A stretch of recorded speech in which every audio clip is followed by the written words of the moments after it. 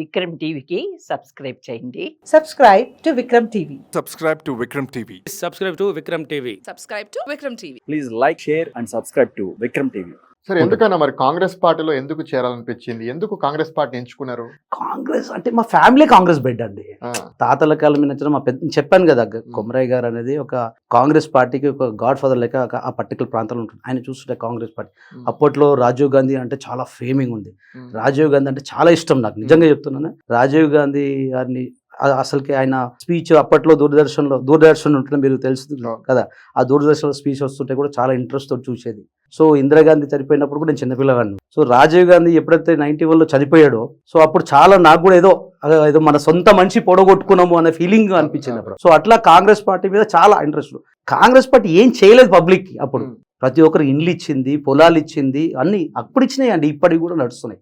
So అలాంటి ఒక చరిత్ర ఉన్న కాంగ్రెస్ పార్టీని ఎంచుకోవడం నాకు ఇష్టం అనిపించి నేను ఎన్ఎస్ఐ తర్వాత యూత్ కాంగ్రెస్ అలా చేయడం. ఎప్పుడు ఎంట్రీ ఇచ్చిరన్న కాంగ్రెస్ పార్టీలకు మీరు? అంటే నేను కాలేజ్ ఇంటర్మీడియట్ చేస్తున్నప్పుడే నేను ఎన్ఎస్యూలో పనిచేశాను. ఎన్ఎస్యూలో పనిచేసిన తర్వాత అంటే ఫుల్లీ ఫెజ్గా కాకుండా మాకు చెప్పాను కదా, ఫుల్లీ ఫెజ్గా కదా ఎన్ఎస్యూలో పని చేసుకుంటూ అక్కడి నుంచి చిన్నగా తండ్రి చాటు పిల్లగాని లెక్క మా పెద్దనాన్న గారు వెనకాల అట్లా నడుపుకుంటూ వచ్చినాను. సరే, మీ ఎమ్మెల్యేగా ఉన్నటువంటి సుధీర్ రెడ్డి తోటి కూడా మీరు చాలా మంచి అనుబంధం ఉంది. అవును, ఆయనతో పాటు ఉండే ఇప్పుడు కూడా ఇప్పుడు ఉందా లేదా? ఆయన ఎమ్మెల్యే, వాళ్ళ వేరే పార్టీ, ఇప్పుడు మనది వేరే పార్టీ. అట్లా మన పార్టీలో ఉన్నప్పుడు అనుభవం. ఆయన కాంగ్రెస్ పార్టీలో ఉన్నప్పుడు మీరు ఆయనతో పాటు పనిచేశారు. ఆయన బాగా మిమ్మల్ని వాడుకొని వదిలేసిండట, నిజమేనా?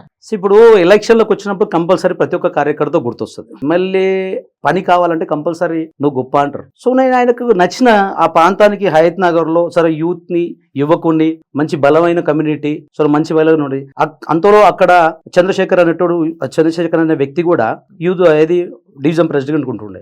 సో ఆయన కూడా యూత్ ఉండే, అందులో నేను కూడా ఉంటుండేది. సో మమ్మల్ని మమేకం చేసి మాతో పని చేయించేది. వాస్తవంగా పని చేసినాం.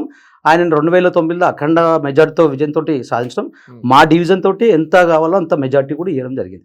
దాని తర్వాత కూడా 2009లో పనిచేసినాం, 2014లో పనిచేసినాం. 2014 ఇక ఏంటంటే ఈ రానువ కారణం వల్ల ఆయన ఓడిపోవడం జరిగింది. మళ్ళీ 2018లో కూడా ఆయనకు బాధ్యతలు మాకు అప్పయ్యడం వల్ల మేము చేసినాం, మా డివిజన్ నుంచి మెజార్టీ. పొలిటికల్ గా మీకెవరు అసలు గాడ్ ఫాదర్? సుధీర్ రెడ్డి అనుకోవచ్చా? అట్లానే ఏం లేదన్నా, ఇప్పుడు ఒక్కొక్క స్టేజ్ లో ఒక్కొక్కరు ఉన్నారు. నా చిన్నతనంలో మా ఫాదర్ గజ్జు కుమరయ్య గారు నాకు ఒక ఐకానిక్ గా కనిపించింది. దాని తర్వాత యూత్ కాంగ్రెస్ ఎన్ఎస్సీ నడిచిన తర్వాత మా లోకల్లో వాసం చంద్రశేఖర్ అని ధనరాజ్ అని బాగా నాకు ఎంకరేజ్ చేసిన తర్వాత సుధీర్ రెడ్డి గారు అంటే ఇప్పుడు ఆబ్వియస్లీ ఎమ్మెల్యే క్యాండిడేట్ కనుక, సో చాలా కూడా ఆయన చేరదీసిండు మంచిగా చేసిన తర్వాత. సో దాని తర్వాత క్రమ ప్రకారంలో తర్వాత మన 2009 తర్వాత మన కాంగ్రెస్ ప్రభుత్వం రావడం జరిగింది, అందరు మినిస్టర్ అయ్యిండ్రు. దాని తర్వాత 2010లో నాకు ఉత్తమ్ కుమార్ రెడ్డి గారు పరిచయం కావడం జరిగింది.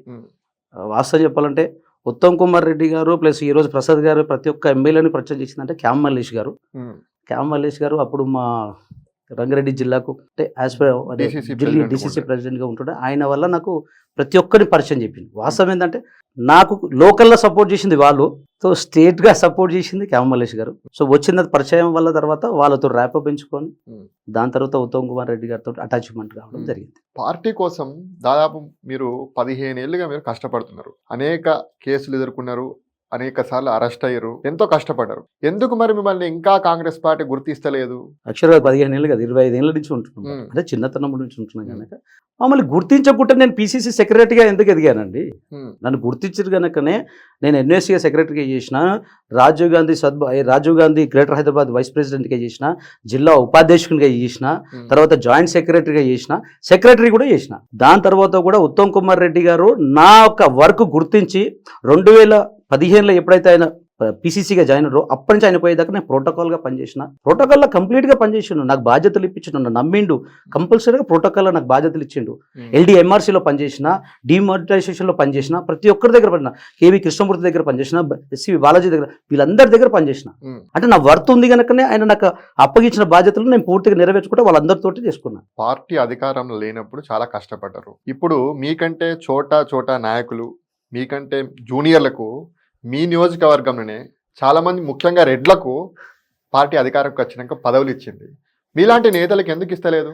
ఇస్తుంది, మనం ఎందుకు తొందరపడాలి? ఇప్పుడు ఒక సాగ్రిగేషన్ చేసుకుంటుంది. ఇప్పుడు రేవంత్ రెడ్డి గారు వాస్తవంగా చెప్పాలంటే మీకు రేవంత్ అన్న అంటాం మేము జనరల్గా, మీరు అందరూ రేవంత్ అన్న గారు మాకు 2017లో ఆయన 2010 కూడా పార్టీలోకి వచ్చిండు. 2018లో కొడంగల్ నుంచి పోటీ చేసిండు. ఉమ్, పోటీ చేసిన తర్వాత అక్కడ ఓడిపోవడం జరిగింది. అయినా కానీ కాంగ్రెస్ పార్టీ ఆయన నమ్మి మల్కాజ్గిరికి టికెట్ ఇచ్చింది. మల్కాజ్గిరికి టికెట్ ఇస్తే నాకు రావేంత అన్నకు అప్పటికి నాకు అంత లేదు. అయినా కానీ వాళ్ళ బ్రదర్ కొండల్ గారు రావడం జరిగింది. మమ్మల్ని కంపల్సరీ మనం గెలిపించుకోవాలన్నారు. ఆ ఒక ఇన్స్ట్రక్షన్ ఎవరు ఇచ్చారు? అప్పుడు ఉత్తమ్ కుమార్ రెడ్డి గారు పీసీసీ ప్రెసిడెంట్ ఉన్నారు. సో ఆయన కంపల్సరీ గెలిపించుకోవాలని మా మీద బాధ్యత పెట్టిండు. అప్పుడు రేవంత్ అన్నకు మేము గెలిపించుకున్నాక ఉమ్, మా ఒక హైత్నర్ సర్కిల్ అని ఉంటుంది. సర్కిల్లో 4 డివిజన్లు ఉంటుంది. ఈ 4 డివిజన్లో అత్యధిక మెజార్టీ ఇచ్చినాం. మెజార్టీ ఇచ్చిన తర్వాత ఈ వర్క్ అన్న స్టైల్లో రేవంత్ అన్న రికగ్నైజ్ చేసిండు. పలానా డివిజన్లో పలానా గజ్జి భాస్కర్ ఉంటాడు, పలానా గజ్జి భాస్కర్ నాకు కష్టపడ్డాడు అని రేవంత్ అన్న క్లియర్గా గుర్తుపెట్టు. ఈ రోజు కూడా 100 మంది ఉండేది అన్న అంటే భాస్కర్ ఇక్కడ రా అంటాడు. ఎందుకంటాడు?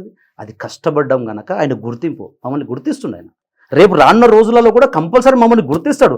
కష్టపడ్డ వాళ్లకు కాంగ్రెస్ పార్టీలో పదవులు ఎక్కడ పోవండి, కంపల్సరీ వస్తాయి. ఉమ్, ఇదే విధంగా ఈ రోజు మధుయాష్ కన్నా మాకు వాస్తవంగా చెప్పాలంటే మధుయాష్ కన్నా మాకు ఎప్పుడైతే 2004 ఎంపీ ఉన్నప్పుడు కూడా మా గ్రామానికి సంబంధించిన మధుయాష్ కన్నా గారు, ఉమ్, మధుయాష్ కన్నా గారు మా గ్రామానికి సంబంధించినాడు, మా అన్న, మా ఫ్యామిలీ అనమాట. అప్పటి నుంచి కూడా నాకు ఆయన అంటే చాలా ఇష్టం అనమాట. ఉమ్, కానీ అంటే నేను అంత దూరంగా రీచ్ కాలేకపోయినప్పుడు, ఎందుకంటే ఆయన నిజామాబాద్ నుంచి పోటీ చేసిన కనుక మా గ్రామానికి వచ్చినప్పుడు మనకు కంపల్సరీ కలిసేది, అన్నం చూసేది. ఆయన ఒక డిఫరెంట్ అంటే ఆయన ఒక స్టైల్ ఆఫ్ కూడా ఒక ఎట్లుంటుందంటే ప్రొఫెషనల్.